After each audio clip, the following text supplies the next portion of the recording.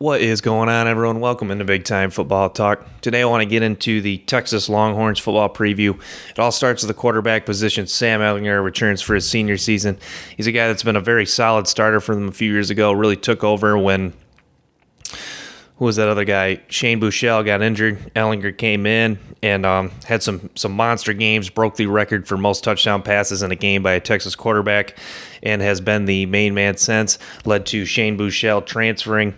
He also holds the Big 12 record with 300 passes in a row without an interception, a physical runner, not only a passer, a competitor, and a great player for the Texas Longhorns the last few years.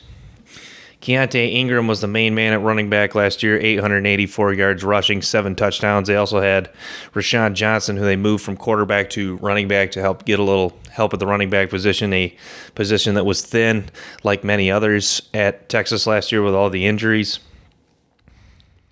At wide receiver, they lose Devin Duvernay. Duvernay heads over to the Baltimore Ravens, was drafted by the Ravens in, I believe, the third round, 1,300 yards, or 1,386 yards, 9 touchdowns. Also lose Colin Johnson, a guy that dealt with some injuries, but was a very solid starter for a few years at Texas, 559 yards and 3 touchdowns. Do get back Brennan Eagles and Jake Smith. Also, Tariq Black transfers from Michigan. On the offensive line at tackle, Samuel Cosme is definitely a guy to watch. He's a guy that could potentially be the top offensive tackle on the board. He's, by most experts, a top 5 offensive tackle. This should be a solid Texas offensive line. So, on the defense, Taquan Graham returns 3.5 sacks, 8.5 tackles for loss. Joseph Asai, one of their better linebackers, will move into like the defensive end spot.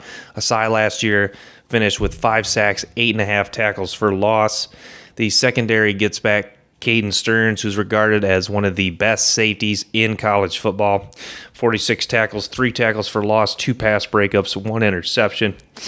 It was a secondary at one point that was down 5 starters, so they're just going to be belated to hopefully to have a healthy Caden Stearns. So this is a more experienced team. They were supposed to play LSU week 2. I don't know if that's going to happen at LSU. Last year you saw that, they were competitive with LSU when healthy. This was a team that could have competed with anyone in the country with a healthy roster, beat pretty much everyone they were supposed to, and then lost games where they weren't really favored in. But Tom Herman, I'm kind of just, I'm on the fence with him. I think he's a good coach. This is really like a telling year 4, whether he's going to get this program to the next level, because it seems like that's kind of been the case sometimes. This kind of reminds me of actually his former coach, Urban Meyer. Urban Meyer came into Florida, had a few successful years, and then they had like a one really down year where they had a lot of young talent, a lot of injuries. So we'll see next year, after they've built up depth and they have guys returning from injuries, that see if this Texas team can really get back to the Texas of old. Ehlinger made that claim that Texas was back after that bowl game, and then last year kind of happened with an 8 and okay, above average 8-5 season after they did that 10-4 season, and they upset Georgia with led by Jake Fromm in the bowl game. But yeah, so 7-6, 10-4, 8-5 now. So this is the year that Herman, they really wanted done. Those Texas boosters, they don't have a lot of patience. Charlie Strong ran out. I think Charlie Strong was over his head.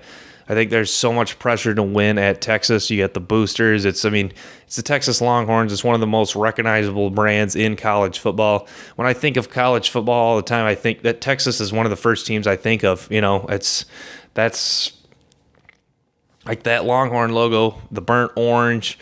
That's one of the first things that comes to mind. Matt Rule's also gone from Baylor this year, so Baylor, not really a team they have to worry about. They play at Oklahoma State. They bring in new offensive coordinator Mike Yurcich.